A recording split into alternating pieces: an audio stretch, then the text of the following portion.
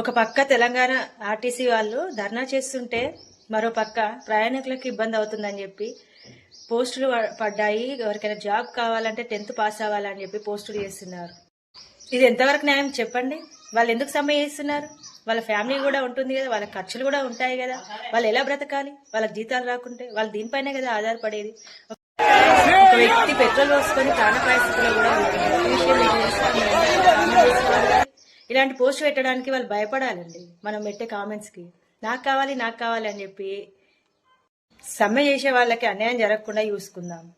ఇప్పుడు వీళ్ళకి సాలరీ ఇవ్వలేదు, నెక్స్ట్ మనకు కూడా ఇవ్వరు. అప్పుడు మన పరిస్థితి ఇంతేనా? అంటే ఇంకా కొత్త వాళ్ళు వచ్చి వాళ్ళు జాయిన్ అవ్వాలి, వాళ్ళు చేసుకోవాలి వర్క్. ఒకసారి ఆలోచించండి. మన తెలంగాణ రావడానికి ఎంతమంది ప్రాణాలు పోయాయో మనందరికీ తెలుసు. ఎన్ని ప్రాణత్యాగాల తర్వాత మనకు తెలంగాణ వచ్చింది. తెలంగాణ వచ్చిన 15 సంవత్సరాలకి మనం ఎంత డెవలప్ అయ్యామో తెలుసు.